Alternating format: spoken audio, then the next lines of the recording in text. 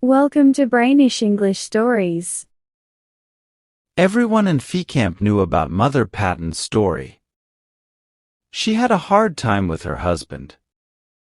He used to hit her a lot, like when you hit wheat to separate the grains from the stalk. Her husband was the boss of a fishing boat. He married her because she was pretty, even though she didn't have much money. Patton was good at sailing, but he was mean. He often went to Father Aubyn's place, where he drank a lot of brandy. Some days he drank just a few glasses, but on lucky days he'd have 8 or even 10 glasses or even more if he felt like it. The brandy was served by Father Aubyn's daughter, a nice girl with dark hair. People came to the inn because she was pretty, not because of any rumors about her. When Patton came in, he'd look at her and say nice things. After a glass or two of brandy, he'd start flirting. By the time he had 4 glasses, he'd try to kiss her. If he drank even more, Father Aubyn would bring him more drinks. Father Aubyn knew how to make money, so he made Desiree walk around the tables to encourage people to drink more. Desiree, being a good daughter, smiled and joked with the customers. Patton got used to seeing Desiree's face all the time, even when he was out at sea fishing. He'd think about her while he worked, whether the weather was stormy or calm, and whether it was bright from the moon or dark. Even when his friends were sleeping on the boat, he'd be thinking of her. He always imagined her smiling, pouring brandy, and asking if he was happy. He thought about her so much that he couldn't resist asking her to marry him.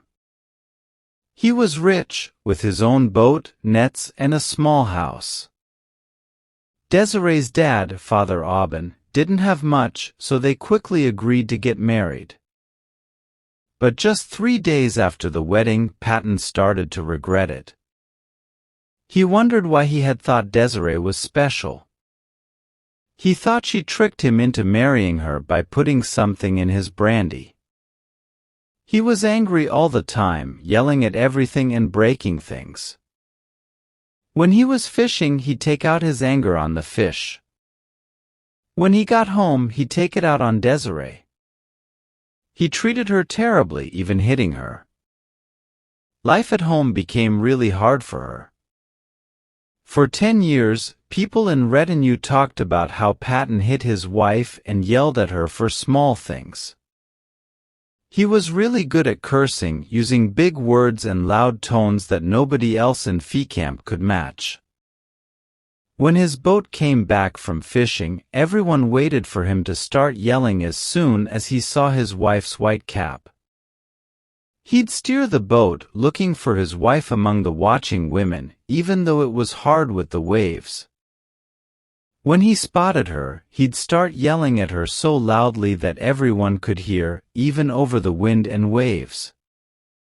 People felt sorry for her, but they also laughed because his yelling was so intense.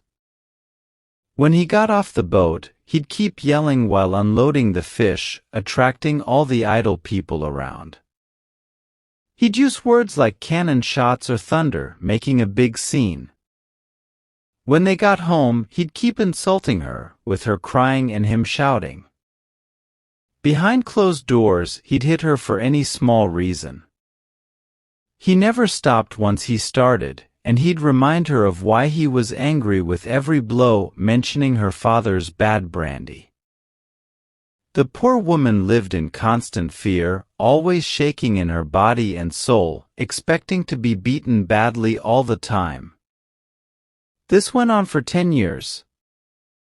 She was so scared that she'd turn pale whenever she talked to someone, and she only thought about the beatings she was afraid of.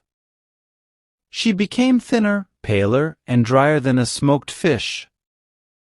One night, when her husband was out at sea, she woke up to the sound of the wind roaring loudly.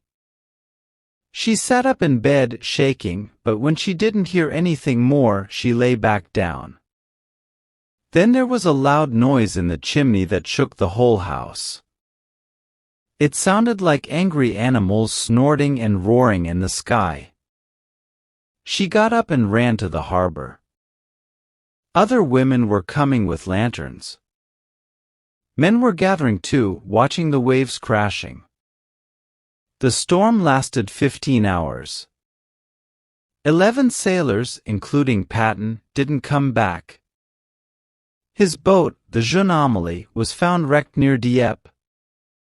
His sailors' bodies were found, but not his.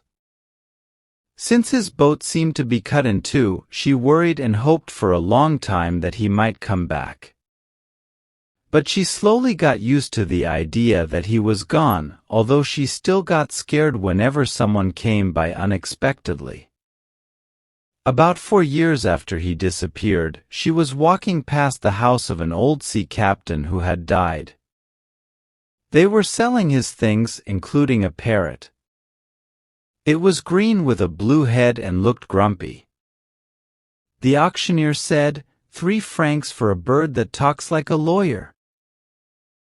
A friend of Patton's widow nudged her and said, "You should buy that bird since you have money. It would be good company for you. That bird is worth more than 30 francs. Anyway, you can sell it for 20 or 25. Patton's widow added 50 centimes, and she got the bird in a little cage. She took it home and was opening the door to give it something to drink when it bit her finger and made it bleed. "Oh, how naughty it is," she said.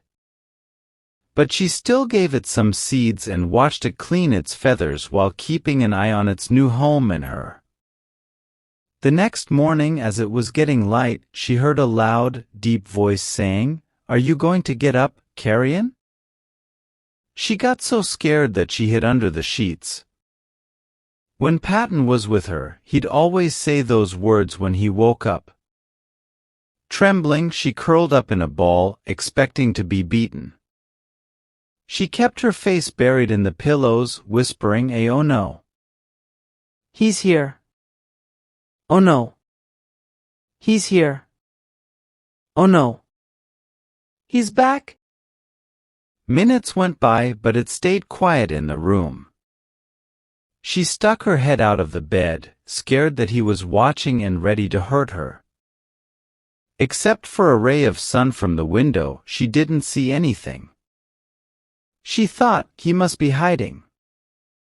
She waited a long time and then, feeling braver, she said to herself, "I must have dreamed it. There's nobody here."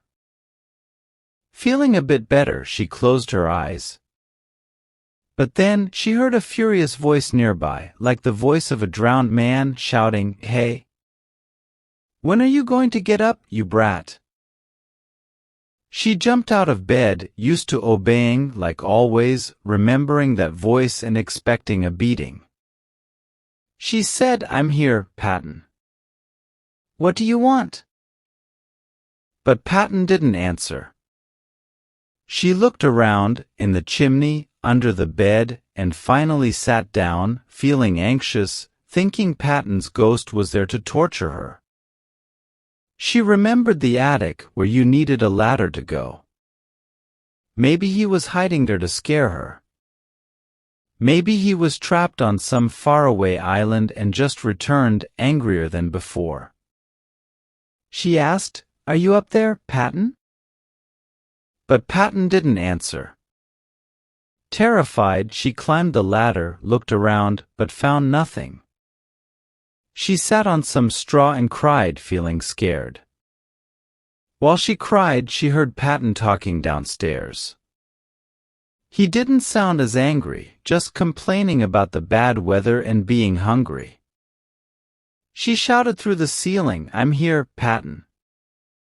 I'll make your food. Please don't be mad." She hurried back downstairs. No one was there. She felt weak, like death was near, and tried to run for help from the neighbors. Then a voice near her said, "I haven't had my breakfast, by G." It was the parrot in his cage, watching her with his sharp eyes. She looked at him and whispered, "Ah. So it's you?" The parrot shook his head and said, "Just you wait. I'll teach you how to loaf." Something clicked in her mind. She felt like it was him, the dead man, who had come back in the form of this bird to keep tormenting her. She thought he'd curse, bite, and swear at her like before, just to make the neighbors laugh.